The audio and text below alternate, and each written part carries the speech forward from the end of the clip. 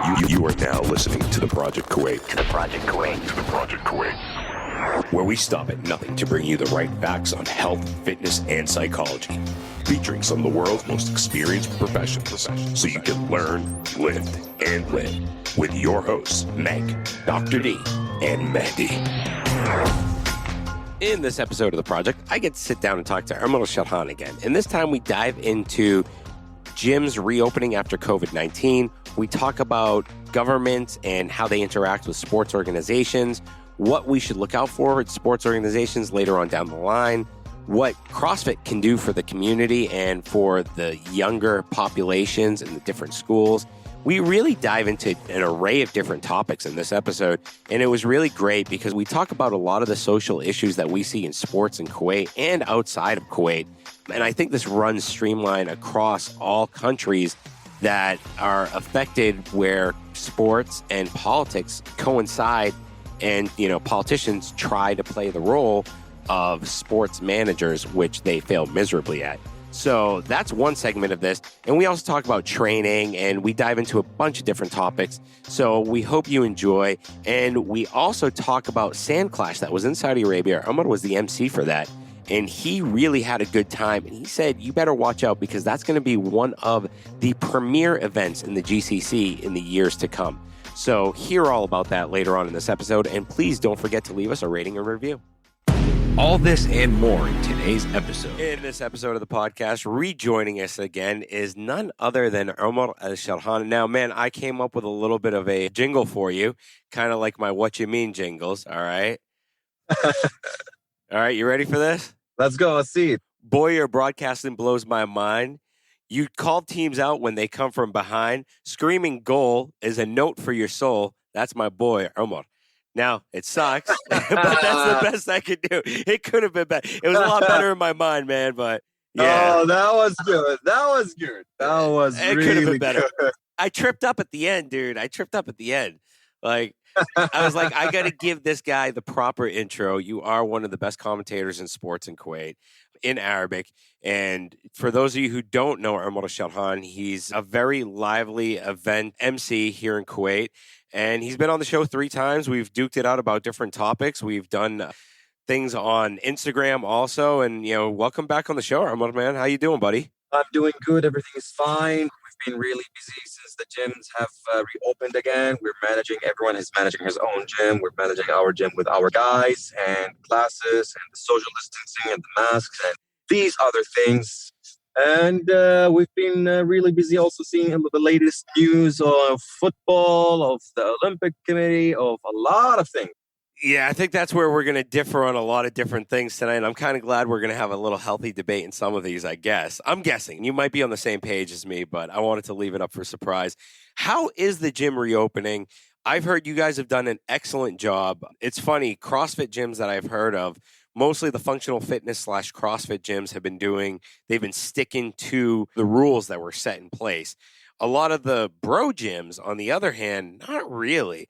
Especially, surprisingly, some of the powerlifting gyms aren't sticking by the rules, which kind of surprised me. What's your take on that? So we've been working really busy since before they announced that the gyms are going to open.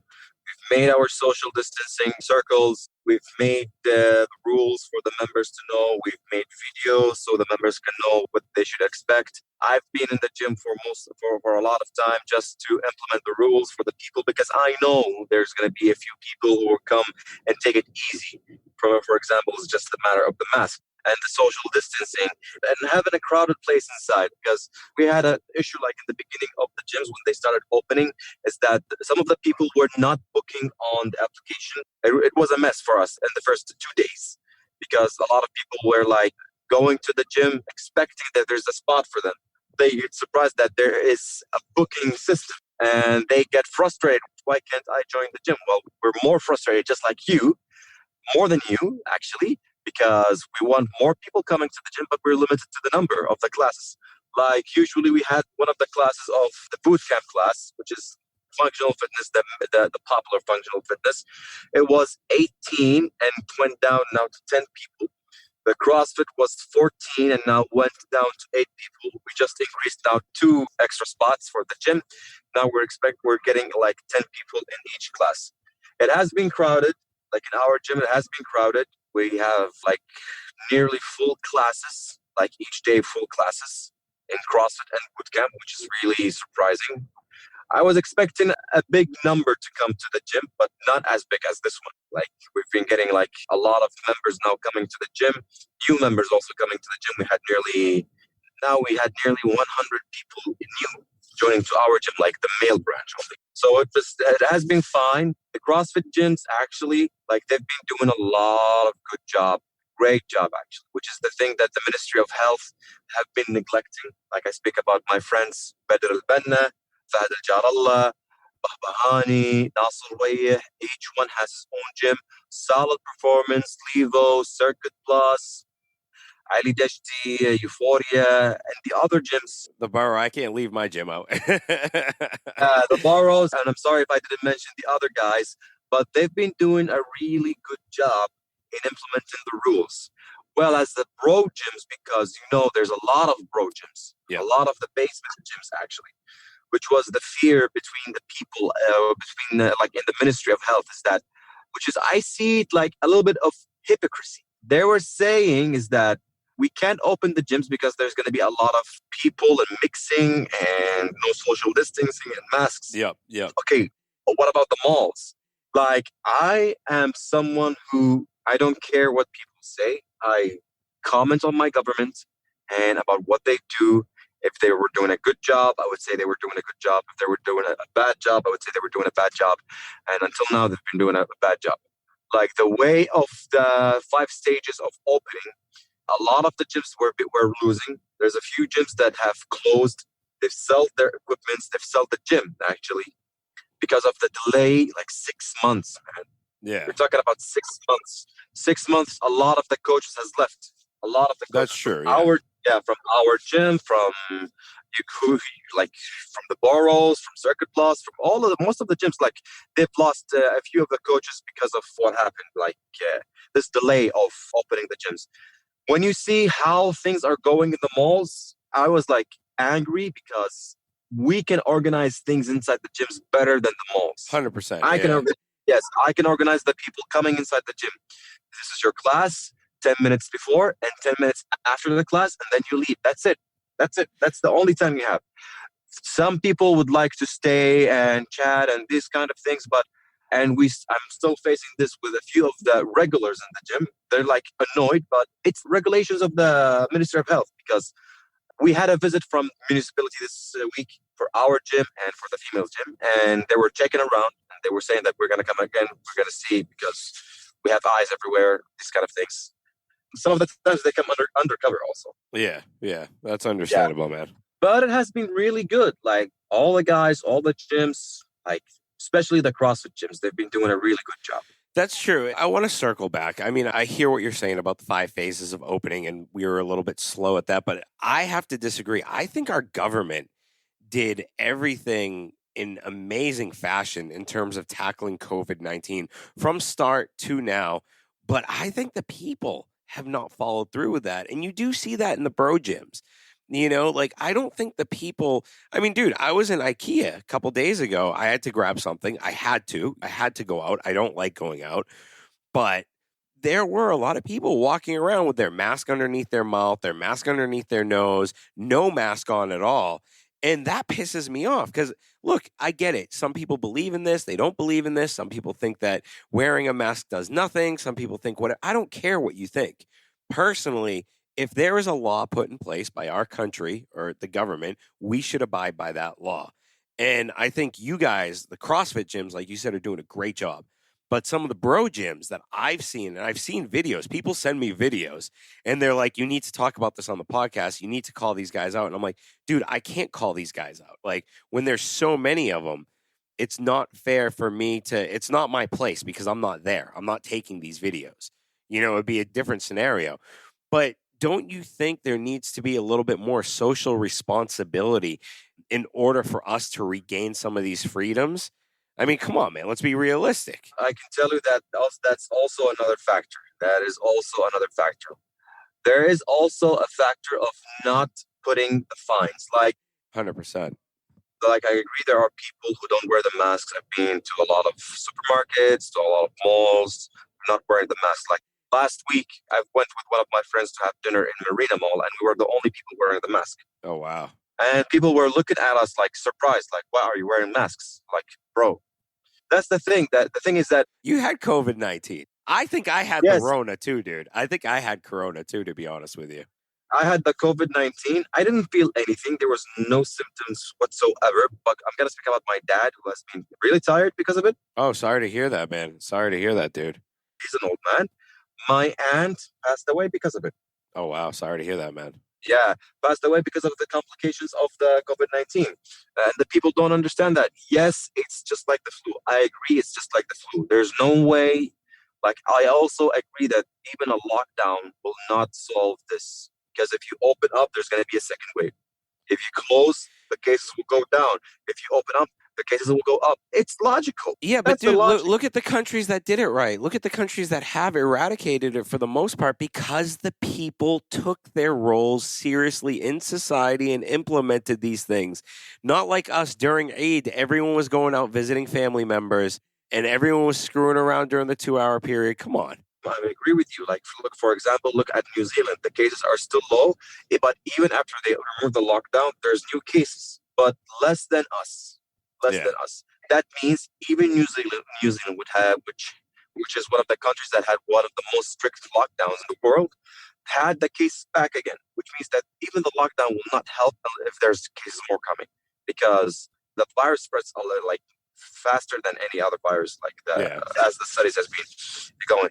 In our country, if you see in Saudi Arabia, for example, they implement the laws really well. In UAE, Dubai, everything is open up, man. 100%. Yeah. Yeah. They're all open. Yeah. All the gyms, all the malls, all the clubs, everything is open up. But they're implementing the laws. They give instant fines for the people who don't wear the mask. We have a fine which is 5,000 KD or 3 months in jail. One of the guys was commenting about that, said, "Bro, the fine is more expensive than the Corolla." Yeah.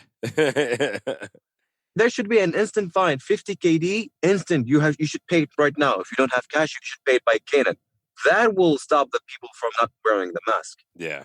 Yes, yeah. Even 4 days ago, you've seen the elections that happened. Oh, man, that was a joke. I would never vote for someone that would do that shit. That is one of the worst things that happened since the beginning of the corona. And I am 100% sure that there will be no lockdown in Kuwait, even when the cases are going maybe over 1,000. There will be no lockdown in Kuwait because there's even the lockdown that they've done was useless. Yeah. But it was useless because they didn't implement the law. Dude, I knew people that were out and about the entire time because they would get one of those permits to leave. Like, what the hell, dude? Bro, my brother, who doesn't have any issue with any part of the government, neither the Minister of Health or Interior or anything, he has the permit and he comes to our house every time. Yeah. And he's not a frontliner. Like my sister, my brother, my younger sister, my younger brother, they're frontliners, that they have the permit and everything. And that's the thing. Yeah. Yeah. And you're right. If they don't implement the rules, it's never going to fix itself. Hence why I kind of stay at home in Wafra. I don't have to worry about any of that crap that goes on in the city. I'm out here in the middle of the desert, loving life. Even though I do miss the gym, I have to be fairly honest. A couple weeks ago, hey, it was like, "Oh, you don't miss it?" I was like, "No, I'm good." But lately this week, I have to say, I'm kind of missing the gym scene. Like I'm just missing being in that atmosphere again. But for me, I want to wait till the numbers, come down. I got parents that are old, compromised immune systems, all that stuff. So I got to play it safe. That's the thing. But what's happening now is that the people, they're not doing the test because they're not feeling anything. Yeah. Yep. Unless if you're feeling something, then you have to go to the test. And that's it. Yeah, no, that's true. That is true. Let's shift away a little bit from Corona scene. But one more point. I'm surprised you guys are seeing a spike in members when the other gyms that I've talked to have seen a decline. Some of them look fairly desperate on social media these days because their attendance numbers are so low. And what do you think your turnaround was? Well, I don't know. I haven't seen the job of the other gyms, but I know that Circuit Plus are back in business like really well. Other gyms, like maybe You can say the customer service part and the social media part, which plays a big role in any gym. Like you need to have, like for example, when someone comes to Flair, I'm the face. I'm the one who speaks with him, and I bring him back, I bring him to the gym, and give him the membership, and shows him the plays, and he feels most welcome. Same thing in Circuit Plus. They have a lot of Kuwaiti coaches. We have Kuwaiti coaches. Bader Al is doing the same thing. So this factor of having someone from the same nationality is more welcoming, to be honest, Really? You because think there's a lot. you think that's making a difference now? That's making a difference. To be honest, it's making a difference even with our classes. Like we have one of the coaches who's Costa Rican. He started to learn a few Arabic, so he's speaking Arabic even during the classes, which makes it for the members like they like coming to his class, and he's really good. The other Kuwaiti coaches, they have full classes, and they ask the coaches, when is your next class? I'm gonna come to your class. That's a huge factor. You don't have any fear with this, especially because of the influx after COVID-19 with the amount of trainers we now have in Kuwait. There's no fear factor for you with, I mean, I have a rule of thumb, or I've heard this, and I've talked to people who share the same sentiment of, for every 10 trainers, there's one good trainer out of the bunch. And I would think for us as Kuwaitis, we have the headbed thing. We jump right onto the latest trend. And especially with a lot of us, we do fitness for a couple months and then it's like, all right, let me go get my certification. Boom, I'm now a trainer. And I've seen them popping up online everywhere. In fact, I called one of them out. He called himself Exos Kuwait. Now, my certification was through Exos. They're a very reputable body. And I asked him, I said, dude, you're not with Exos. You don't own their rights. And he blatantly said, oh, I'm just using the name and I know the owner. I said, dude, it doesn't work like that. You know what I mean? So when you get people with that mentality and then you have your weekend trainers, how does that make you feel? I mean, do you have any fear of letting the Kuwaiti trainers in more? Don't you think there should be more of a mentorship into being a trainer? Like anything, being a coach is something that you gain over time, not in a weekend course. So what are your thoughts on that with the Kuwaiti trainers busting onto the scene? Well, to be honest, it's a joke. To give it to you bluntly, it's a joke. Like there are people who don't have certificates, but they have more knowledge in fitness than the people who have the weekend certificate. And I know them. I know them a lot. Like I know them a lot. They're really good coaches.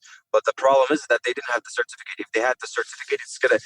The thing is here is that a lot of people, when they speak with knowledge and give you the harsh truth of how fitness works, and in Kuwait, some people will not like it because they want the easy way. Yeah. But when someone comes with a weekend certificate and he says like, okay, you can lose 10 kg in a month.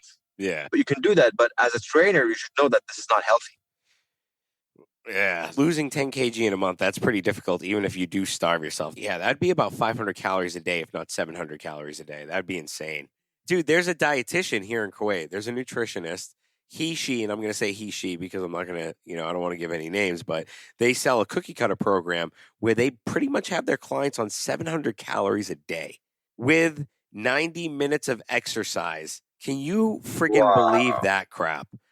Like, I would die. If I ate anything under 1,500 calories, I wouldn't be able to function. You know what's the problem? The problem here in Kuwait is that the people think that it's just about losing weight. Yeah. It's just about losing weight. It's not about losing weight. It's about overall health. Like even in CrossFit, we don't have a lot of people. Like you can see a lot of people that they don't have a six pack, but they have strong muscles and they have a really great core that they can do better gymnastics than the person who has a six pack. And that's the thing. It's not about the shape. Like some of the coaches are promoting their body. Yeah. You want to be like me, do this. I know how you got your body. That's another topic. Yeah, steroid capital of the world. I mean, come on now. Yeah. So that's the thing. But no, case in point, and I got to give her a shout out. My mother, she actually just started doing PTs and she wants to get healthy. Her main goal is like, I want to get healthy. I want to add years to my life. She's 65 years old. We just celebrated her birthday. And so for her, I'm really proud of her, being 65 and saying, I want to do PTs. She hasn't done PTs in 30 years. Last time she did them was in the 80s. You know what I mean? So I mean, people really have to start understanding the health benefits, and a byproduct of being healthy is getting the definition or the muscles and all of that stuff. It comes with the package if you do it right. But those trainers are few and far between from what you were saying. That's definitely true. That is definitely true. That's the thing that has been promoted to all the people. Like, oh, I've lost 20 kg in 2 months. Well, people are impressed. Oh, how did you do that? What happened to you? And what did you eat? And da, da, da, da, da, da, da. But when you see it, when you see what he went through, you understand that these 20 kg took really a big toll on his body. Yeah, yeah. Not to mention like the loose skin that they would have, and all the other health complications that could come along with it. And it's just, I mean, it's sad because we see it a lot here in Kuwait, and we see now the trainers at the bro gyms are all right. Well, you want to lose this much weight? Here's Stanozol, or here's whatever steroid to help you get there.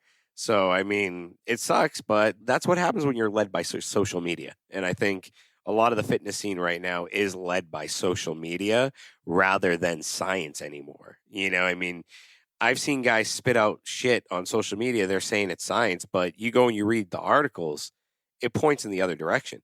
And I'm like, dude, really? Like, you're really going to say that? And people don't fact check. I think that's one of our biggest issues in Kuwait. That's the thing. There's a lot of people who say, like, there's a lot of people who say, in this article, they advised. In this article, they advised. In this article, they advised. Okay, I don't care about, okay. If I followed you as a dietitian, I followed you for your knowledge, not the article's knowledge. What's the point of following you? I should go and see the articles by myself, and I will get a lot of knowledge from it. Yeah. There's a lot of trainers like this way. Like, it's easy. It's the anatomy of the body, how the body works, how the muscle works, the muscle fibers works, the conditioning, the VO2 max, and these kind of things. It's a study. It's a big study. And the funny thing is when they spit out these research papers that come out, people don't look at the sample size. People don't look at the people that are doing the German volume training, for instance. These are all guys in their 20s. They're going to put on more muscle than someone in their 40s. That's just guaranteed. You know what I mean? Like, they don't look at the sample size and the candidates, what they were doing in the other 26, 22 hours of the day. These all little factors matter when you're doing research, and when you're comparing things. You have to compare apple to apple. You don't see research studies on the effects of building muscle in CrossFit on a 40-year-old man. You don't see that. Imagine if you saw that. You'd probably see some good numbers for 40-year-olds. But again, you wouldn't see the results you would get from someone in college. It won't happen unless they're on steroids. That's 100% sure. That's the thing that we have here in Kuwait, and mostly like between the coaches and trainers. So let's kick high gear into the real reason why we're doing this, and that was because Bader Al Mutaw, right? Yeah. Took a knee in a soccer game, correct? And that caused a little bit of an uproar here in Kuwait. Bader Al Mutaw, for all of our international listeners, he's one of the best soccer players in Kuwait at the moment, one of the most popular soccer players. And he was making a statement when he took the knee, basically in opposition to the guys running the league, the guys that are officiating, all the rules that were in place during the COVID-19 crisis. So, Omar, you can dive into that way better than me, man. What else is going on behind the scenes that we don't know about in Kuwaiti football? Well, I can tell you it's a battle between the clubs. I've been watching the league for the past 2 or 3 years, like, deeply. Seeing the games as a referee, I'm seeing the games and seeing the mistakes that are happening in the game and everything else. The rules that have been, like, for example, Qadsiya club has 3 points from his total points being deducted because they have a player who actually wasn't registered to the FA. But the FIFA said that this player is registered, and because of the conditions of the COVID-19, we extended all the players in the world contracts, so it can be really good and go well with the teams. And they said that he is legally registered to the team. They've replied to the FA with this message, the FIFA, the organizing body of football, to one of their FAs, like minor FAs, and they just didn't reply back. They just actually deducted the 3 points from Qadsiya. And one of the guys who's deep in the law of football, he said that what happened happened is bad because it's just like a conflict between the FA and FIFA. If this Yeah. escalated, the FA of Kuwait was going to lose this game because they're doing the laws for their needs, and it's a big mistake. The other issue, there's an issue. There's one of the players. His name is Yusuf Nasser. Yusuf Nasser left Kuwait, and he was a professional player in another league in the Gulf. I think it was the Omani league, if I'm not mistaken. And he came back. So if you've done that, you've taken your international card and you Yeah. take it from your club, which holds it in.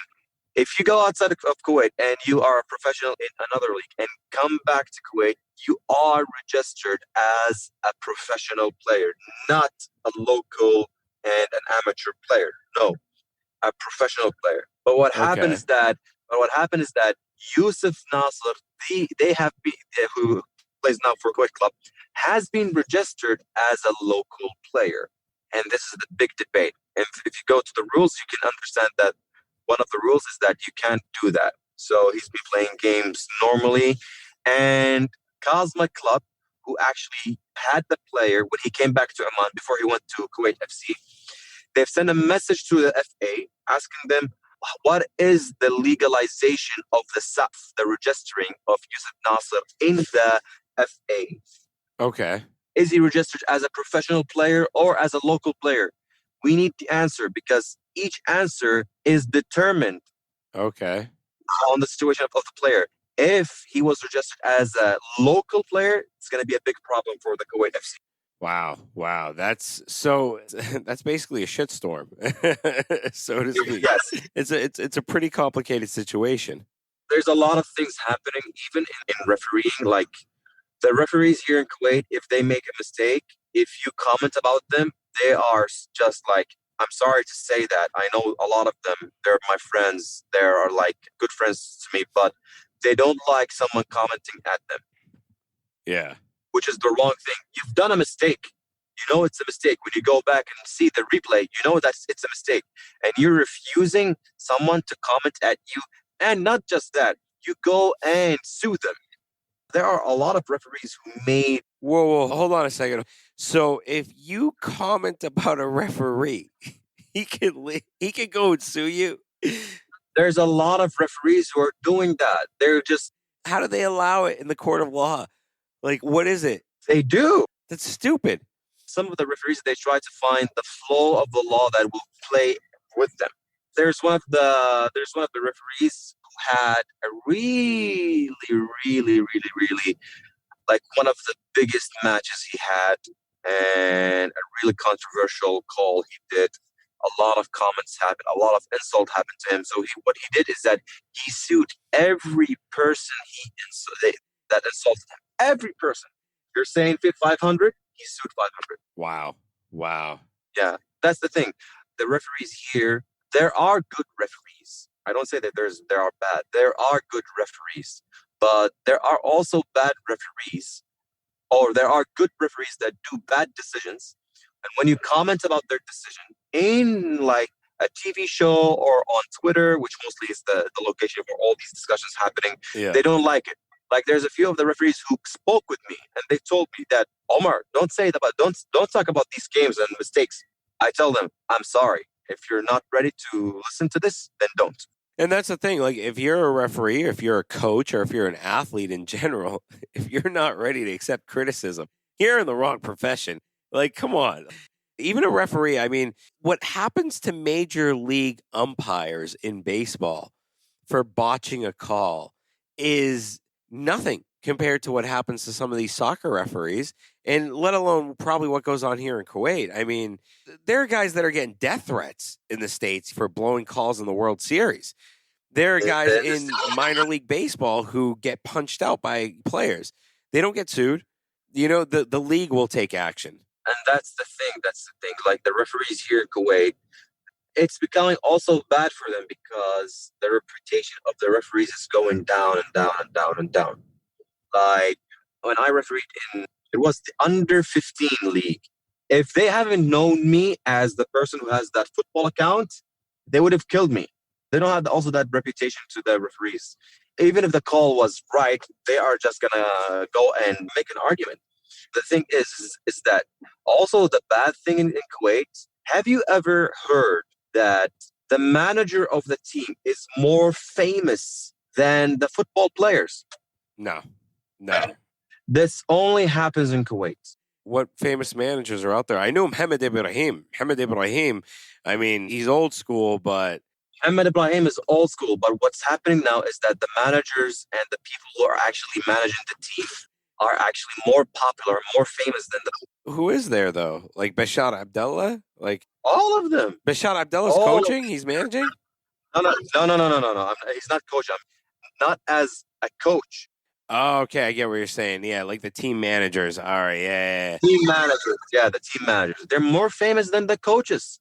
They're more famous than the coaches, which is like in Kuwait, they're really surprised. Like, there's a lot of people who speak to me. How's this person? How's this person? I tell them, how do you know this person? Oh, he's famous in the league. Okay, he's a manager. He's a team manager. That's the thing. Yeah, and for international listeners, Kuwait doesn't have the best football federation in the world. We don't have some of the best football athletes. It does.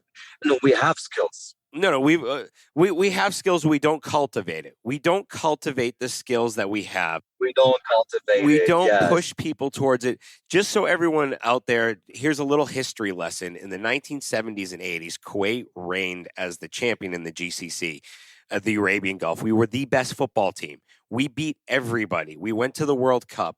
We had Faisal Dakhil won Golden Boots, right? Was it Faisal Dakhil that won the Golden Yes. Boots? Won the Golden Boots. So we had top-notch soccer players. Then I would say the invasion rolled around. After that, sports kind of got forgotten. We still had some really good players, Mu'aid Haddad, Hamda Salah. I'm going back more than probably some of our listeners even know right now. And it just, and then it just kind of started to taper off in the late 90s, and it just started getting worse. And I think that's because they stopped going to the schools. I remember when I first started in school, we had Nadia Ghaziya came in. They recruited us. They would take us from school door to the club afterwards by bus. We would do gymnastics and diving. I did that for like 2 or 3 years. And when I asked one of my friends about his kid a few years ago, he's like, no, they don't do that. They don't do anything similar to that.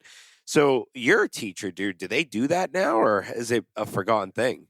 What happens is that the thing that is happening is that they're not taking care of the schooling. What they're doing is that some of the coaches from the gyms, from the clubs, come to that school and they see, oh, this kid is tall. This kid has a really good build. Oh, this kid is fast. Come on, let's go to track and field. Let's go to volleyball. Let's go to handball. That's how they do the pick, which is by all means stupid. Yeah, 100%. That's not how you pick. That's not how you pick like a really good player. No. It's funny. I was actually I was watching this whole documentary about how kids get recruited, and they were talking about some of the kids who get recruited because they're really big or really tall at the age of 13, 14, and then their growth spurt stops and they hit 5'8", but that's it. They're not going anywhere past 5'8" after that. They're really fast, but they're fast for that age group where you could have a kid that's a little bit younger or who hasn't developed as fast who could potentially beat that player. And it was this argument that you can't ever get ahead because you'll take the big kid, you'll cultivate him, he'll do well for the first, 2-3 years. Then kids catch up, he sucks, gets discouraged, and moves back. Whereas you have the younger kid who plays up and never really gets the face from the coach until they hit 17, 18 years old. It's a fascinating, it was on YouTube. It was a documentary. I'll shoot it over to you. It was about this college coach. He did this whole study and looked at everything. It looked at age groups, birth dates, how important birth dates were to people that go D1 versus people that go D3. But yeah, I mean, we don't do any of that in Kuwait. I don't think we do anything. We don't give sports any seriousness. We don't. It's just a conflict for the people for the seats. That's the thing. Like, as long as I am someone who's managing this club, I have my supporters, I have my income, I have everything. Even like, for me, sport in Kuwait will not be recovered until like 10 years later. That's my point. I'll tell you my opinion. You got to move away from government.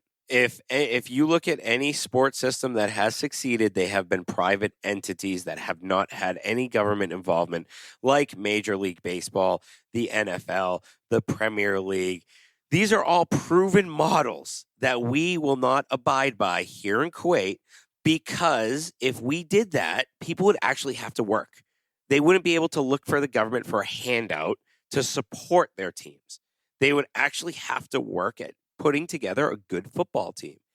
What are your thoughts on that? And then we could dive into the Olympic Committee stuff. It has to be like that. But even when you want to make it as private entities, the people also want to devour. Like, if it's going to be private entities, it's not going to be the same as the States. It's not going to be the same as the Spain, as England, as Italy. It's going to be different. Would you go watch a crappy football team play on a pitch, or would you go watch a good football team play on a pitch? What would you pay to go and watch? You couldn't pay me to go to a football game in Kuwait right now. I would love to watch a really good football team. If you want to do private entities, you have to bring investors from outside of Kuwait, not investors from inside Kuwait. No, you have to bring people from outside. I agree. That's a good point. Like, you have to be just like Dubai. There's a lot of banks in Dubai. There's not just the local banks. Like, if you want to talk about the bank system here, we like the only banks that we are listening about is that MBK, Bobian, the Gulf Bank, Al Ahli. Okay, bring banks from outside. Let them also invest in Kuwait. This is also a part of the economy, but they don't want to do that because they know it's going to take away the competition. Yeah, so they're against free markets, which is understandable to an extent. But when it comes to sports, I mean, especially here, and you and a bunch of people in our community posted that CrossFit and I think Spartan Races, OCRs, moved under the banner of Olympic committees, correct? Yes. Now, some people may view that as a good thing, where they say we'll get support from the Olympic Committee. Let me hear your side of it first. You can talk about it way more in depth. Let me tell you about a point of view. I was in Dubai, CrossFit Championship. I was in Sand Clash in Saudi Arabia. I can tell you that these two competitions, the first one is sanctional, also was supported from the government with the prize money, with the facility, with all the means possible to make this competition worldwide famous. And it does. They have a lot of sponsors. They have, like, next year, they were telling me that they're going to cut their sponsorship with Reebok. They're going to take Nike. They have a lot of ideas that they're going to do and change. There's a lot of people coming to this competition. There's a lot of great athletes coming. I mean, if you've seen the athletes, oh yeah, Kowski, Vellner, Sam Briggs, they were all there. They were all there. Yeah, they were all there. Sand Clash. It had the theme just like the battle, but man, I went there and I saw that one of the main sponsors was Gatorade, and I was like, how on earth they were able to bring Gatorade? Yeah, but dude, Gatorade has a factory in Saudi Arabia. To be fair, Gatorade does have a big factory in Saudi Arabia. They do have a factory, but also, like, if they brought them as a sponsor, that's a big thing. Yeah, no, that's huge. That's really big. That's yeah. really a big thing. And this is one of the things that happened. The people who went to the semifinal, the athletes who went to the semifinal, both teams, individuals, female individuals and female teams, all of them got a free G-Shock watch. All of them. Oh, wow. Wow. That's awesome, dude. All of that was... Did you get a G-Shock watch? I got more than a G-Shock. All right, good. All right, good, dude. You were the MC, so I had to ask, man.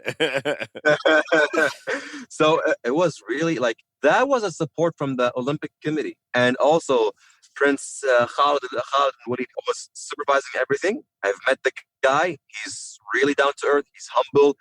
He does CrossFit. He has the plan, or they initiated the plan to make Sand Clash next year sanctional. They are, like, I say it from here, in the people of my view, I speak about Flair Fitness Festival, and I speak about the Battle of the East. Yes, we are great competitions in Kuwait, but what I've seen in Saudi Arabia is just something else. I'm not speaking about a sanction. I'm speaking about a regular competition. Because they're a developed country. They're developing. I mean, Saudi Arabia is developing. They're developed. They're developed faster than us. They're developed. They are opening up. They are actually also doing a really good job. And the people who are working in the competition, they are so professional. I believe it. They have no lack of people in any point. Photographers, they have 10 photographers. The MCs, it was me, it was Sally, it was supposed to be Hassan Jabbar, but Hassan Jabbar didn't come for some reason. It didn't make a difference. The organizers, everyone was in his spot. Everyone was in his spot. No one was leaving. Everyone has a time shift. You are staying here from 7 till 1. That's it. Where's the other guy? You stay here from 1 till 6. That's it. We're done for the day. Not a mistake. Yeah. Not a mistake. Like in Battle of the East, the organization is so good. Flair for the Festival, the organization is so good.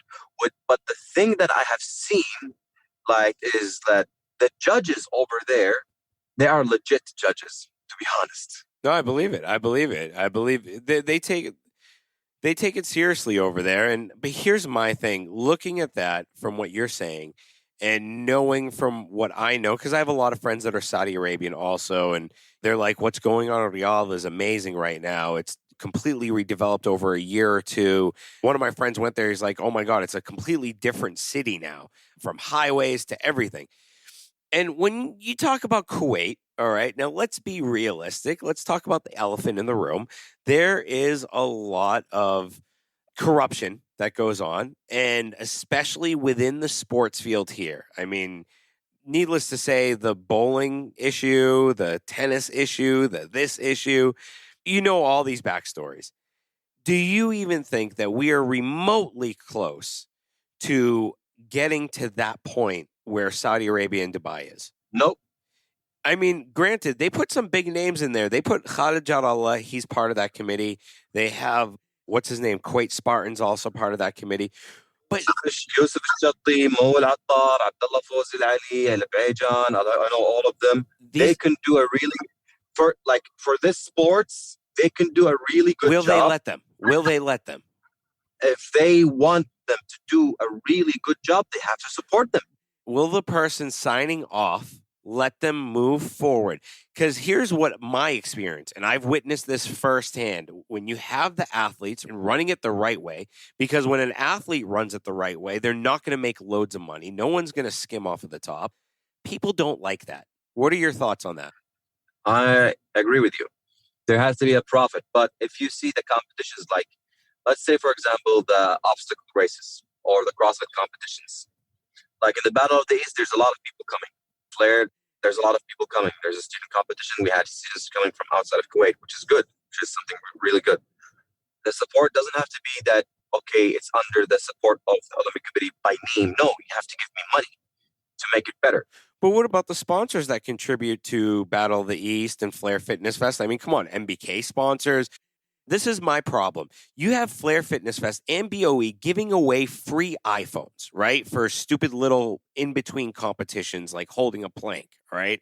Now, you're giving away an iPhone, which is at market value is about what, 400 KD for the 500, 200G or whatever. It's about 400 KD roughly, right?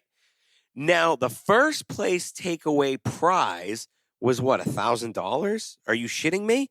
You're going to give away free iPhones, 5 of them to the crowd, but you're not going to give the first place winner, a guy who's busted his ass all year long for this competition, you're going to give him the value of one of those 20 phones you gave away. Not on top of that, the judges that people complain about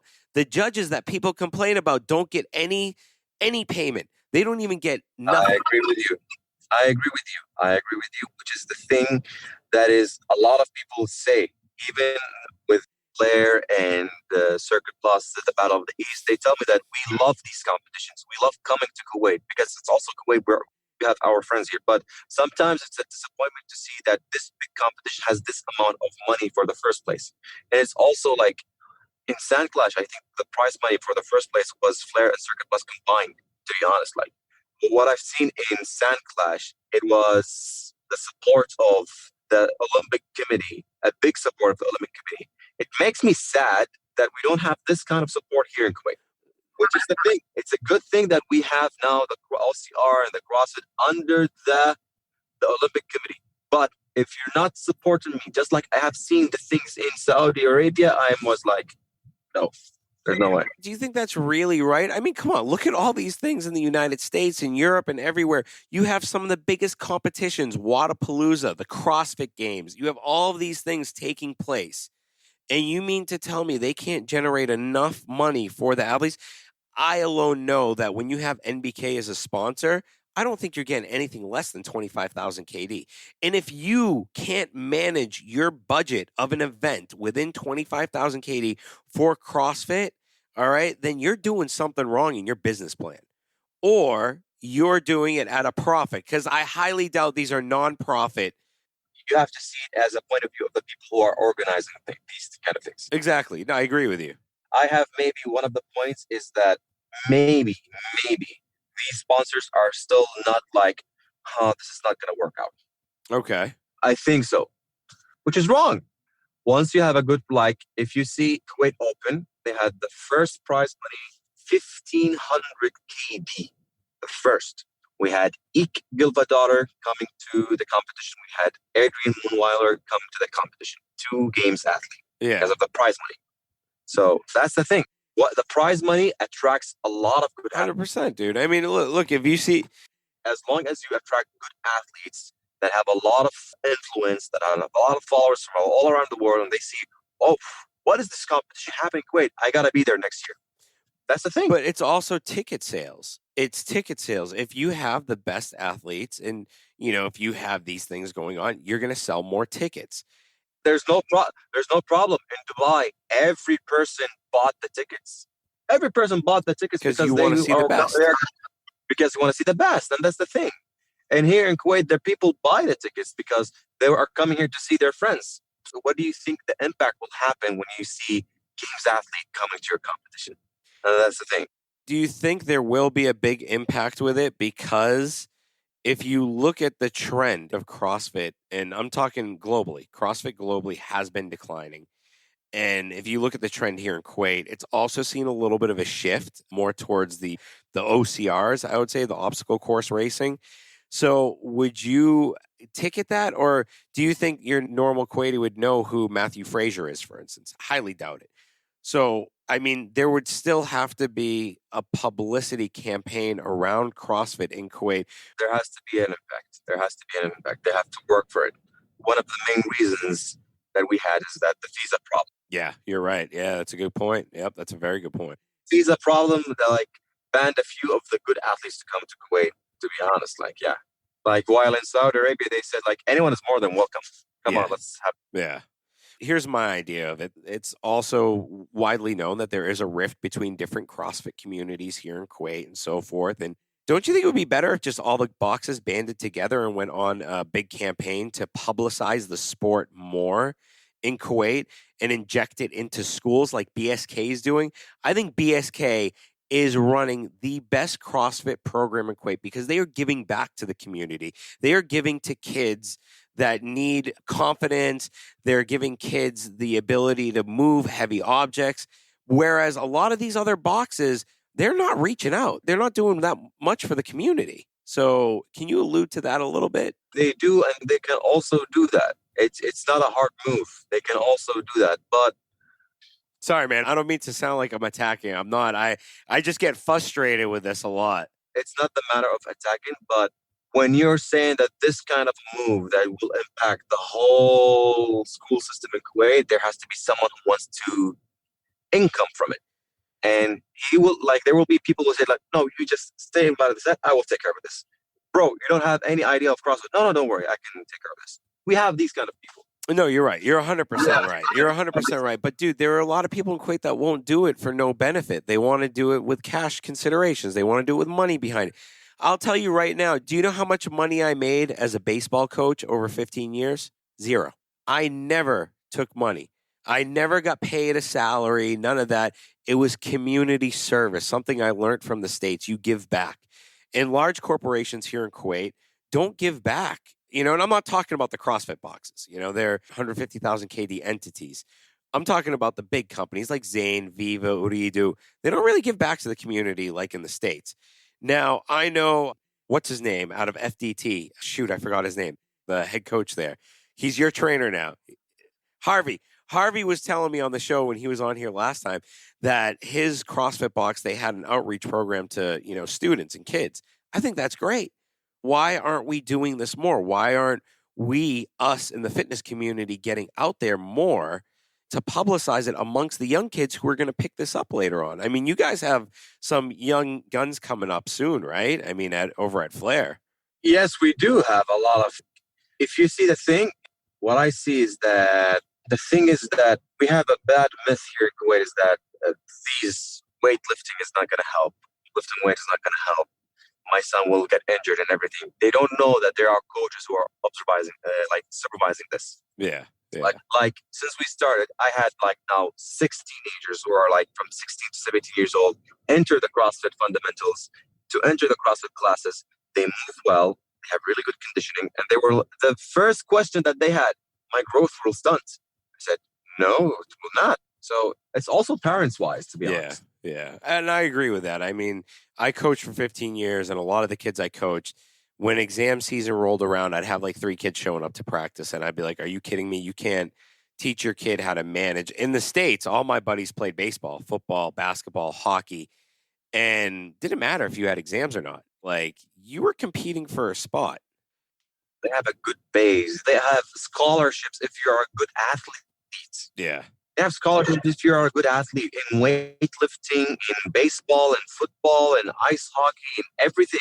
We don't have that in Kuwait. Unfortunately. It's unfortunate. It's sad. We don't have that in Kuwait. Give me a scholarship because I'm a good athlete. Open the college league. Make it more competitive. Make it more professional. Come on. Yeah. How are they going to be like that? No, it's true. I mean, you're 100% right, dude. You're right. And I mean, I wish a lot of guys had the same mentality as you, because I think we'd have a different community on our hands. And I think eventually we will. And I hope Flair shepherds that a little bit with bringing up these young kids and, teaching them that sports is good, sports is worth it. And it's sad, our community. And I do hope the Olympic Committee serves the sports well, but I will put my money on that it won't, just because. That's the thing. If it's just by name, there's no point. Yeah. And I've been around it enough to see that if you're not big enough in politics, then you're not going to get the funding. And if you're not making money off of it, you're not going to have a hand in it. I've seen that firsthand, man. Especially in Kuwait. 100%. And look, no offense, CrossFit and obstacle course racing has no business being in the Olympics. I mean, let's be realistic. No, they don't. Yeah, they don't have business. There's no way you could put CrossFit in the Olympics. And while there's weightlifting, while there's gymnastics, while there's marathons, there's no way you could put all these sports in the Olympics. No, you can be something just like the MMA. You can be something just like the NFL. Yeah. Other than that, no. I mean, it's just like when someone says bowling committees in the Olympics are, under the bowling federation. I'm kind of like, dude, really? Bowling has a federation? That's a beer sport, stuff like that. I'm just kind of like snooker. They have a national team. Like, dude, there's no national team for snooker. There's a handful of people that play it in the world, and I mean, it's same thing with billiards. These sports, they don't really mean much to the rest of the world. I think we forget what's really important. It's the sports that are really difficult that mean the most, like gymnastics, Olympic weightlifting. These are really difficult sports. These athletes train their entire lives for maybe 6-7 competitions or 6-7 Olympic games that they can make it to and win a gold medal, or in the hopes to win a medal. And, we're like, yeah, we're going to go play bowling. Let's make a committee. Let's build this huge building that we don't use for 10 years, right? I think you've driven by that building also, right? Yes, I do. So you know what I'm talking about. I mean, I think we have a long way to go in Kuwait. I wanted to touch on the best athletes. What did you think of the lineup we had on the project's Instagram of the best athletes in Kuwait? Some of it turned into a popularity contest. We did our best to kind of sift out the ones who weren't great athletes and were just trainers. So what was your take on that? Who would you put in the top 5 functional fitness athletes in Kuwait? American, Kuwaiti, whatever the nationality, even if there's no Kuwaitis in the top 5. Well, so if I'm going to say about the top 5, let me put it between the Kuwaitis now. No. Let's go top 5. Cash money. Just top 5. Because my top five, there's no Kuwaitis there. No offense to anyone out there. Top five, I would say there's Sam Larkin, Okay. there's Rob Scalacci, David Kravchenko. How'd you even say his last name, man? Like, I read his last name all the time. I'm like, what is this dude's last name? That's one of the perks of being an MC, man. Yeah. All right, so that's three. You have Damien, big guy Damien. I would put Ivan Marjanovic. Okay. All right. Ivan Marjanovic. One of the coaches, that coach in Circuit Plus. He's also one of the best athletes. Is he still good? Like, does he still ball? I haven't seen him compete. I mean, I know about his brother, but... Well, he's actually good. Like, if I recall about the good athletes who are actually here in Kuwait, Ivan is actually a beast, to be honest. He's really a beast. Oh, that's pretty cool. If I want to go through the Kuwaiti side... Let's go Kuwaitis, yeah. Yes, if I want to go Kuwaiti sides, I would put Khalid Al-Jarallah and Nasser Rayeh in the top five overall, but I'm not going to put the placing. Oh, we're being political here today? Yes, I'm going to remove... sorry to say that. I'm going to remove Damien and I'm going to remove Ivan. Okay, all right. So you would put them into the... Yes, but if I'm going to speak between Kuwaitis, you have Nasser Rayeh, you have Khalid Al-Jarallah, Hussein Bahbahani, Ahmed Al-Ali. Yeah. Who else? What about Mohamed Al-Deshti? Mohamed Deshti, you wouldn't throw him in there? I mean, he's pretty good. I haven't really seen him compete in the Open, but his numbers are stacked. His numbers are stacked, but I want to see him in the next Open. I want to see how he performs in the next Open. What about Ali Jamal? He doesn't have the big weights, but he does have the gymnastics. Ali Jamal, he has really a good build and figure in the gymnastics and everything, but I will put in the top five, Ammar Al-Husseini. Okay. All right. That's a fair point. Definitely. Ammar, he was one of the athletes who surprised me actually in Sand Clash. He did really great. Yeah. So what about me and you? Are we making it in the top five anytime soon? Oh, after you retire from CrossFit and you be my partner MC, we're going to compete in that. Dude, I am never MCing again, man. It's not worth it for Come me. on, dude, it ain't worth it, man. I got to get paid to do that shit. That was a job and a half, dude. Screw that. I'd rather be on the competition floor competing for 18 minutes and then relaxing for the rest of the... You know what's the thing? Like, all the guys in all the competitions, they lose their voice, but I don't. Which is the thing that I am really surprised about. Like, how can you lose your voice when you're not emceeing just like me? So it always happens. Like, I'm really surprised. How can you... Like, one of the athletes lost his voice. He started to say, so what happened? You're competing. I know, I don't know. I know, right, dude? All I know is my throat did feel raw like 2 days later. Like, I was like, all right, I don't want to talk anymore. I just want to be quiet, you know?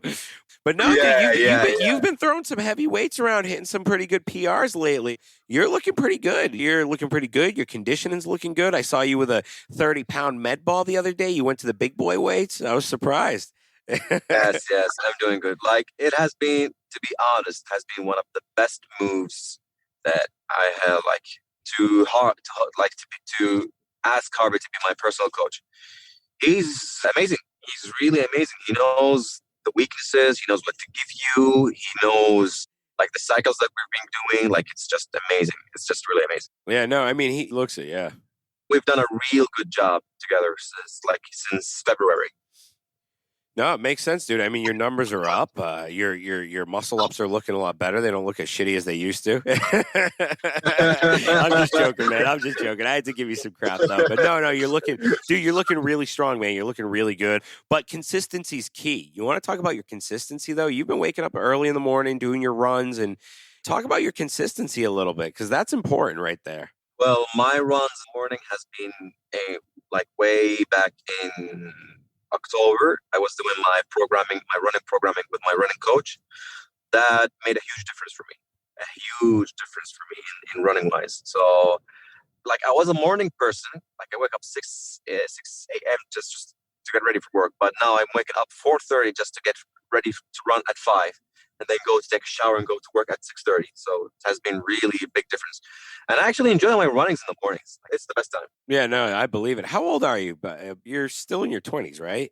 No, I'm 31 You're actually. 31? All right, you're over that hump. Okay. I was going to say your recovery time. Your recovery is still better than me. If I woke up in the morning and went and ran and then did a watt at 4 o'clock in the afternoon with the amount of shit Rob gives me, I'd be dead. Yeah, You know what I mean? So it's all about consistency. that's true. You Like I, build up I that yeah, consistency.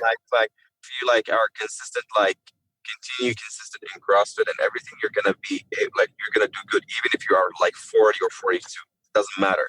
It doesn't matter at all. Like I started 5 years ago, and I was just consistent. Like I haven't been consistent in a gym like that for a long while. That's how it's been. Like even with Harvey, like consistency wise, it was like one of the best times. Like I had been consistent, like in weightlifting, in conditioning, in everything, and everything. That's awesome, man. That's good. And I love having you on the show. You get me all fired up, dude, especially when we talk about Kuwaiti sports. Diving into dude, I almost got sued. Did I tell you about that? That I almost got sued? Oh, I almost got sued because I talked about a sport here in Kuwait. I talked about the inner workings of sports in Kuwait, and I talked about one sport in particular, and I got threatened to be sued, and I laughed it off because was talking freely about it on a podcast, which was funny. So just so you know, like the whole taking it back to the referee thing. I mean, I could see how we've become so PC in Kuwait that everyone's suing everybody over whatever they say. And I think it's ridiculous. It's absolutely ridiculous. yeah, it's ridiculous. Like there's a lot of judges out there now who are actually like saying like when they see these kind of lawsuits happening, it's just like decline, decline, decline, decline. One of my friends, he was a lawyer, he said like they are getting declined a lot because in social media, for example, there's a lot of people who post like a post which is disgraceful, and there's a lot of people commenting with bad words and everything. Yeah. And he just captures chick, chick, chick, chick, chick, chick, chick, and takes it to his lawyer. And when the lawyer goes to the court, they just decline everything. I don't get that. What happened to like, okay, if your service sucks and I come out and say your service sucks, or if you cheat me out of money and I come out and say you cheat me out, where's the justice for me now? Because from what I have understood is if you come out and say something, there's defamation of character here. And to me, it's just like, where's my protection? That's the thing. Like, if, let's say, for example, a restaurant does not comply with the comments of any customer, then there's no point of operating a business. Exactly, dude. 100%. Yep. You are 100% right. There's no point of operating a business. Like, when I was in Barcelona, I had an issue with one of the restaurants. They brought my order wrong. But I went to the same restaurant 2 days in a row, 3 days in a row because of the customer service. Yeah. I thought that the restaurant is going to be bad or something like that, but the customer service was top notch. The guy the guy was like, "I'm sorry for everything. I'm going to give you your meal for free." And I felt embarrassed. No, don't give it to me for free. No, no, no, no. This is as compensation. He gave me the meal, which was around 30 euros for free. And this thing made me come the next day to the restaurant and the day after the restaurant and realizing that, oh, the restaurant actually is good. Yeah. Yeah. Because this restaurant has a really good customer service. We don't have that customer service here in Kuwait. They don't like it. You're right. They can't handle criticism. And if you criticize them or if you actually talk about what is bad about it, they don't like it. And then they threaten with lawsuits. I think it's a joke. I think this world has become so PC and everyone is so gung ho about my reputation. Well, you know what, buddy? If you want a good reputation, you develop a good reputation. You work for it. You know what I mean? And it's interesting to see that. 100% true. 100. Like, I had an issue with one of the clients here in Flair. He had a comment about one of the coaches. He wasn't satisfied. I called him personally. I told him what was the problem, what happened. Okay, he told me that the coaches didn't tell me about the gym, about the classes, and everything. I had a 30-minute talk with him on the phone call. I've explained all the classes to him, and I told him, okay, the next fundamental class is going to be free for you, so you can join CrossFit. That's it. And the guy brought 3 other people with him to join the gym. That's customer service. Awesome. Yeah, no, you're right, dude. You're right. That's how customer service works. Like in all of the gyms.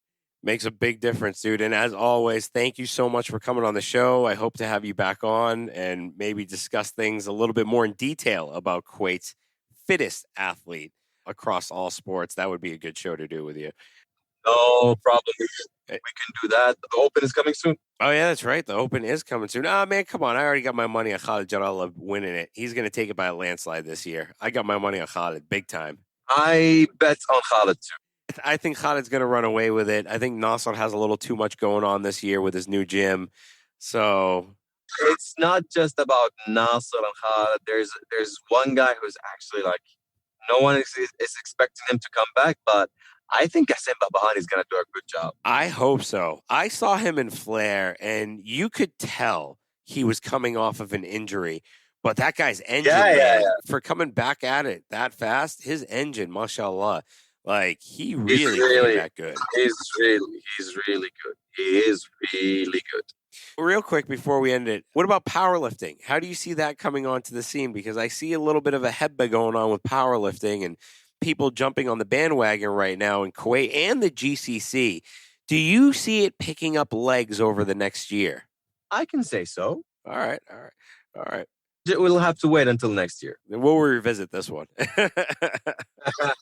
As always, thanks, Omar, man. I appreciate it, dude. No problem, Mahdi. It was a pleasure, and good to see you doing well, and say hi to the family and DJ. Thanks for listening to this episode. If you enjoyed it, please head over to iTunes to subscribe, rate, and leave a review. You can also find us on Instagram at The Project Kuwait. Thank you, and join us next time.